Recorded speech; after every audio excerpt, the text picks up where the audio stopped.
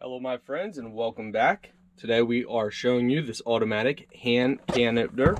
So let's go ahead and open this up, show you guys what you get inside.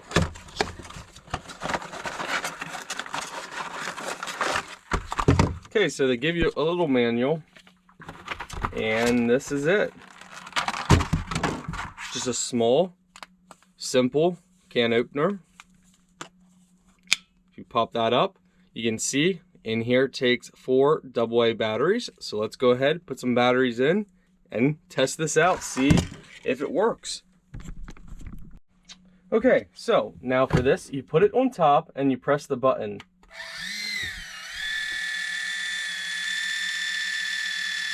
And it automatically goes and opens the can itself and it'll automatically stop.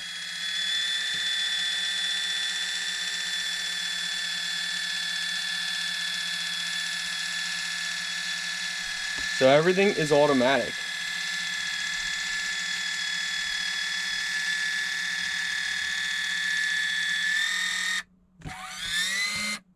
All right. So, true question. Oh, look at that. Perfect cut. Well, my friends, I think it's safe to say this works.